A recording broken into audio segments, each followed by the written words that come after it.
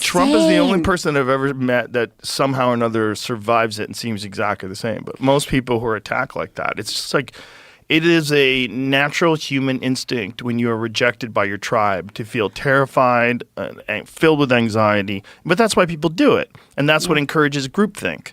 Yeah. Because you're terrified and you wind up agreeing to things that are fucking insane. Yeah. Because you don't even know what you're agreeing to. You just don't want to be rejected by your tribe. Yeah. And this is how they keep people involved in these, where ideologies eventually become cults. Yes. And I think you could make a really good argument at both the right and the left that in a certain section of each one of these political parties. That fucker will kill his audience. And Rich Foster used to have this joke. He said, you know what they say, once you go black, you never go back. He said, yeah, because your father won't let you back in the house, right? I stole that joke. I got him laughing. I got him back on track. And then I had to call Voss. I said, man, I'm so sorry, bro. I said, it's going to get back to you, but I stole the joke. And he was like, no problem with it. Well, at least you admitted it. Yeah, I did. All right. I think we accomplished a lot. This was therapy for me. I think it was good for you. Stay out of the comments. I'm going to stay out of the comments. Remember that podcast we did with Reza? No, don't do that. The student initially claimed the money was from working at a fast food restaurant, but later revealed she had been paid for massages by a wealthy man, later identified as Jeffrey Epstein. This revelation led to a police investigation in March of 2005 when the stepmother of one of the girls reported the molestation to the Palm Beach police. Wow. Wow, that's in 2005. That was the first arrest. And now listen to this. It says they identified the Royal Palm Beach High was identified as a focal point for recruitment, where, according to investigations, at least 15 students were lured into Epstein's Palm Beach home. Holy shit. Yeah. And Roseanne was telling me, or not just when she was starting out, she lost all this weight and people stopped laughing. There's plenty of skinny, funny women. Not in 1981. You think? Are you calling Roseanne Barr a liar? No, I just don't think that's what it was. I've seen people lose weight and still be hilarious. It's just I think there is a mentality that people have. Like Kevin James, his fucking agent said this to him once. I got furious. Kevin was losing weight. He was trying to get in shape. He was really self-conscious about his weight. And his agent said, Kevin, when you lose weight, you're losing roles. But that's true, though, because he's very much a specific character. So what? He could fucking do anything. Laughing. I'm in the back of this car and there's a driver wondering what the hell is going on with me. I'm seeing the whole goddamn movie, including a nunchuck fight scene with Richard Nixon. And I'm laughing. And, I started jotting stuff down because it occurred to me, man, like, I remember one day I was thinking like, wow, man, like growing up, we had Shaft and we had Superfly and the Mac and all that posters like that we idolized, and I'm going, those were pimps. There was something wrong with my childhood. Well, you shouldn't bring guns to fight the police, and all the 2A people are like, are you crazy? The whole point of the 2A is against the police. Right, but that guy, so they disarmed him. He was carrying a SIG P320. Okay. SIG P320s are notorious for accidentally discharging. It appears, at least in videos that I've seen, and some people seem to verify this, that as one of the officers pulls the gun from him and walks away with it, it accidentally discharges. Okay. They think this guy has a gun still. Because they just pulled a gun from him. Sure. A gun went off. They think they're in a gunfight. Everything's happening split second. They empty on that guy. The two guys who kills him, both of them Mexican guys. Right. You came back full steam. You know what you're doing?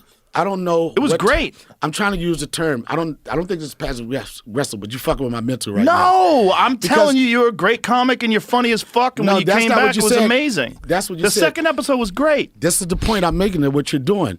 Right. The first episode was great. It was Dr. It was Dr. Video, son. Dr. Video. You doctored it. But then here's the thing. They said, Red Band, he said that was the greatest comeback. I was like, it wasn't a comeback. You're editing what it was. Oh, wow. They're early on. So he put that on the map about coming, to the Mecca and training with Benny. It was the Mecca. Yeah. For kickboxing, especially in the 90s, that was the Mecca. You had to go to the Jet Center. Everybody talked about the Jet Center. Yeah, man, that was classic. We were always wondering, like, what is the style? What's the best style? And then the UFC came along, and I'm like, oh my God, they did it. They did it. They figured it out. They put it all together. And for a while, it was jiu-jitsu because nobody understood jiu-jitsu, and Hoist Gracie was just running shit. Well, you know how that was kind of set up a little bit. It was a little set up. Yeah. But I mean, look, he had some challenges. Like Ken Shamrock was a beast. Oh, He had some really good fighters he was facing against. Kimbo Slice. Crazy stuff. You get in trouble. They'll throw you in jail. You'll jump off of buildings. I mean, Right. every story that you can imagine that people. And then think about from the 60s forward how, I went into the Air Force. They, we took drug tests at least monthly. So the idea of being involved with a drug was just totally and absolutely not on my radar screen. These are bad things. And we're reinforced in the 80s with Mrs. Reagan. Just say no to drugs. I don't know. It's weird that they took a guy who is one of the most high-profile defendants ever, and you put him in jail with a mass murderer. Yeah.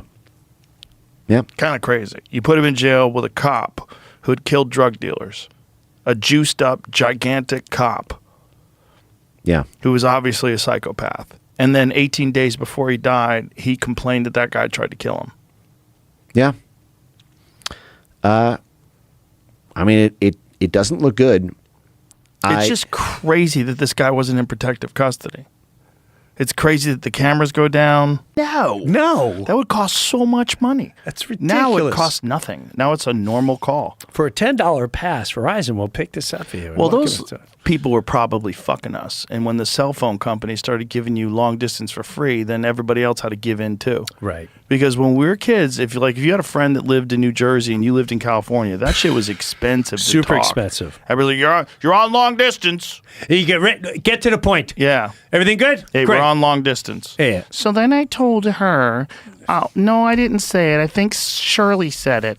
And we were tired anyway because I had been up. So the dog woke me up. Well, shut the fuck up and get to the point. You can do that. You can run that exercise with pretty much every drug on planet Earth at this point.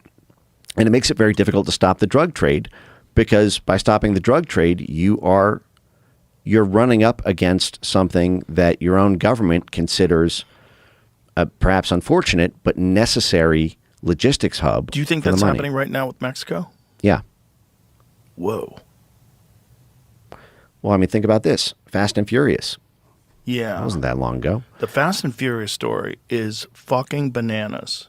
Tell it to people that don't know, because just the idea that they proposed this and implemented it is so fucking crazy. You will try to defend them, even if they don't make sense. You will try to ignore evidence that points you in a direction that's contrary to what your current belief system is.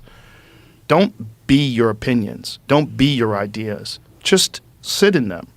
Be consistent. Be honest. Have ethics and morals that you adhere to. But the ideas are just ideas. And if you're wrong, you should be proud to say you're wrong. It's a sign of growth. It's a sign of intelligence. And it's a sign of you being an honest human being who cares about the truth, not about being right. Because there's too many people in this world that they don't really have conversation. Oh, wow. You don't have material. He's just, wow. Which And is crazy. They turned to on think- him quick. Imagine thinking that you could do 15 minutes with no material. I just don't understand.